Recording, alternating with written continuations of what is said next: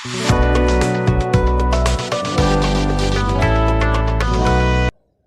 Guys, welcome back to doctor study. Guys, आज के video में हम बात करने वाले हैं हीमोस्टैसिस के बारे में। बेसिकली हम देखेंगे कि हीमोस्टैसिस क्या होते हैं, उनके कौन कौन से स्टेजेस, उससे किस तरह से वो हमारे बॉडी में वर्क करता है।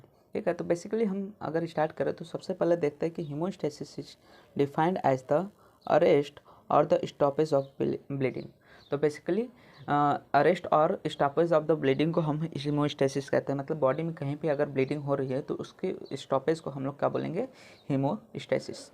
बेसिकली स्टेजेस ऑफ हीमोस्टैसिस की बात करें तो उसमें 3 स्टेजेस देखे जाते हैं, लेकिन इसमें सबसे पहले क्या देखा कि कहीं पे भी अगर ब्लड वेसल इंजर्ड होती हैं तो ऐसे कंडीशन में initiate the series of reaction. Body में क्या होता है, सीरीज ऑफ रिएक्शन इनिशिएट होते हैं, जिसके कारण क्या होता है, हीमोस्टैसिस देखने को मिलता है।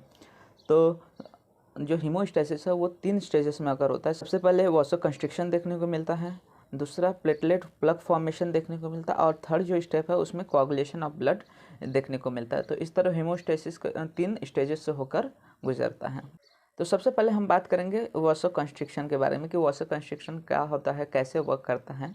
तो बेसिकली आफ्टर द इंजरी, मतलब जैसे ही इंजरी बॉडी में कहीं पे होती है तो जो ब्लड वेसल है वो क्या होते हैं, कॉन्स्ट्रिक्ट कर जाते हैं। जहाँ पे भी इंजरी हुई है वहाँ के ब्लड वेसल क्या करते हैं, कॉन्स्ट्रिक्ट हो जाते हैं, जिसकी वजह से decrease in the blood loss from the damaged portion. जो भी डैमेज्ड पोर्शन है वहाँ से ब्लड लॉस होने के चांसेस क्या होते हैं, डिक्रीज हो जाते हैं। अब वासो कंस्ट्रिक्शन जो है वो है प्योरली लोकल फिनोमिनन। मतलब ये प्योरली लोकल है, मतलब लोकल जो वहाँ पे बॉडीज़ हैं वही वासो कंस्ट्रिक्शन कराते हैं। अब जब ब्लड वेसल कट होता है तो ऐसे कंडीशन में क्या होता है, वहाँ का एंडोथेलियम डैमेज होता है और वहाँ पे जो कोलाजन रहता है वो एक्सपोज हो जाता है। प्लेटलेट्स क्या करते हैं, इस कोलाजन के साथ अधेयर होते हैं और जो प्लेटलेट्स होते हैं वो एक्टिवेट हो जाते हैं। अब जो एक्टिवेटेड प्लेटलेट्स हैं बेसिकली वो क्या करते हैं, सेरोटोनिन एंड अदर वासो कंस्ट्रिक्शन को रिलीज करते हैं, सिक्रेट करते हैं। अब ये जो वासो कंस्ट्रिक्शंस है और सेरोटोनिन है वो क्या करता है, कंस्ट्रिक्शन कॉज करता है ब्लड वेसल्स का। बेसिकली यहाँ पे ये देखा जाता है कि जो अधेरेंस होता है प्लेटलेट का टू द कोलाजन वो 1 विलिब्रेन फैक्टर से और इंक्रीज होता है। मतलब उसको 1 विलिब्रेन जो फैक्टर है क्या करता है, adherence of the platelet to the collagen उसको एक्सेलरेट करता है। ठीक है, तो इस तरह से basically first stage carry out होता है इन द ब्लड वेसल्स। इसके बाद नेक्स्ट हम बात करेंगे प्लेटलेट प्लग फॉर्मेशन के बारे में। तो जो प्लेटलेट प्लग फॉर्मेशन है इसमें नाम से ही पता चल रहा है कि जो प्लेटलेट है वो क्या करेंगे, प्लग फॉर्मेशन करेंगे। तो यहाँ पे होता क्या है कि जो प्लेटलेट होते हैं, जो कि वासो कंस्ट्रिक्शन में देखा था कि 1 विलिवार्ड फंक्शन की वजह से क्या होते हैं, बहुत ज़्यादा अधेयर होते हैं, तो अधेयर टू द कोलाजेंस। तो जो प्लेटलेट होता है पहले क्या होते हैं, अधेयर करते हैं कोलाजन के साथ और सिक्रेट करते हैं एडीपी जो कि एडिनोसाइन डाइफॉस्फेट है।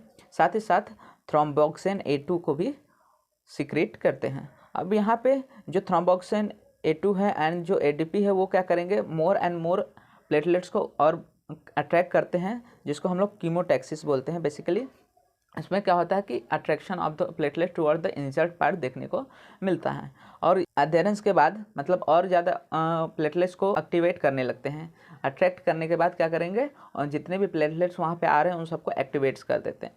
अब जो प्लेटलेट्स एग्रीगेट होते हैं और फॉर्म करते हैं लूज टेम्परेरी प्लेटलेट प्लग, जिसको हम लोग बोलते हैं हीमोस्टैटिक प्लग। ठीक है, तो ये प्लेटलेट जो अट्रैक्ट हो रहे हैं इंजर्ड ब्लड वेसल्स की तरफ, तो वहाँ पे जाते हैं, वहाँ पे एग्रीगेशन शो करते हैं और loose temporary platelet plug formation करते हैं, जिसको हम लोग हीमोस्टैटिक प्लग भी कहते हैं।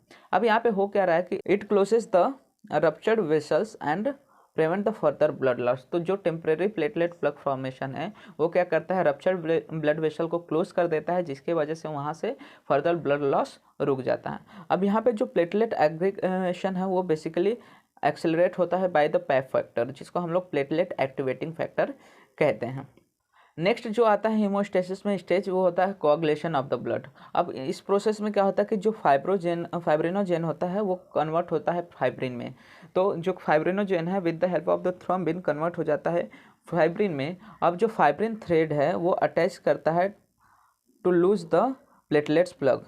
अब ये क्या होता है, जो लूज प्लेटलेट प्लग फॉर्मेशन था उससे अटैच होता है और ब्लॉक कर देता है जो भी rupture part of the blood vessels है, और फर्दर ब्लड लॉस को इस तरह से प्रिवेंट करता है। तो इस तरह से 3 स्टेज में क्या होता है, टोटल हीमोस्टेसिस कैरी आउट होते हैं। नेक्स्ट हम चैट फॉर्मेशन में देखते हैं कि किस तरह से पूरे वर्क हो रहे हैं। तो बेसिकली यहाँ पे क्या हो रहा है, सबसे पहले इंजरी हो रहा है ब्लड वेसल्स का, ब्लड वेसल्स डैमेज हो रहा है, तो उसकी वजह से क्या होता है, एंडोथेलियम रप्चर हो जाता है, डैमेज होता है। तो उसकी वजह से वहाँ पे जो कोलाजन होता है वो क्या होता है, एक्सपोज हो जाता है। एक्सपोजर ऑफ कोलाजन होने की वजह से वहाँ पे जो भी प्लेटलेट है वो क्या होते हैं, इन कोलाजन से बाइंड करते हैं और ये एक्सेलरेट होता है by the von Willebrand factor से। अब adherence of the platelet to the collagen देखने को मिलता है। अब ये जो अडेरेंस रहता है प्लेटलेट का टू द कोलाजन, इसकी वजह से क्या होता है, जो भी प्लेटलेट वहाँ पे अधेयर हो रहे हैं वो सभी क्या हो जाते हैं, एक्टिवेट हो जाते हैं। अब एक्टिवेट होने के बाद ये 3 तरह से काम करते हैं। सबसे पहले जो एक्टिवेटेड प्लेटलेट रहते हैं वो सिक्रेशन ऑफ द सेरोटोनिन करते हैं। सेरोटोनिन सिक्रेट करने की वजह से ये डायरेक्ट क्या करता है, वहाँ पे वासोकंस्ट्रिक्शन करता है, जिसकी वजह से जो भी इंजर्ड पोर्शन है वहाँ से ब्लड लॉस कम हो जाता है। इसके बाद सेकेंड जो एक्टिवेटेड प्लेटलेट करते हैं वो है कि secretion of ADP and thromboxane A2।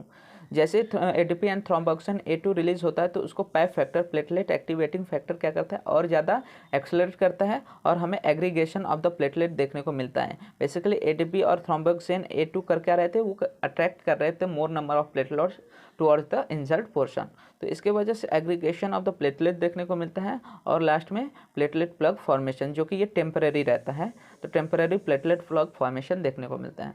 And third में एक्टिवेटेड जो प्लेटलेट रहते हैं वो क्या करते हैं, formation of the prothrombin activator cause करते हैं, जो कि डायरेक्ट ब्लड क्लॉटिंग करता है। वहाँ पे क्या होता है, जो भी प्रोथ्रोम्बिन एक्टिवेटर है वो फाइब्रिनोजेन को फाइब्रिन में कन्वर्ट करता है, और ये फाइब्रिन जो थ्रेड्स होते हैं वो क्या करते हैं, जो भी टेम्परेरी प्लग फॉर्मेशन उसके चारों तरफ ब्लॉकेज कॉज करते हैं और जो भी ब्लड लॉस है उसको प्रिवेंट करते हैं। तो इस तरह से बेसिकली टोटल हीमोस्टेसिस का प्रोसेस कैरी आउट होता है in the injured portion of the body.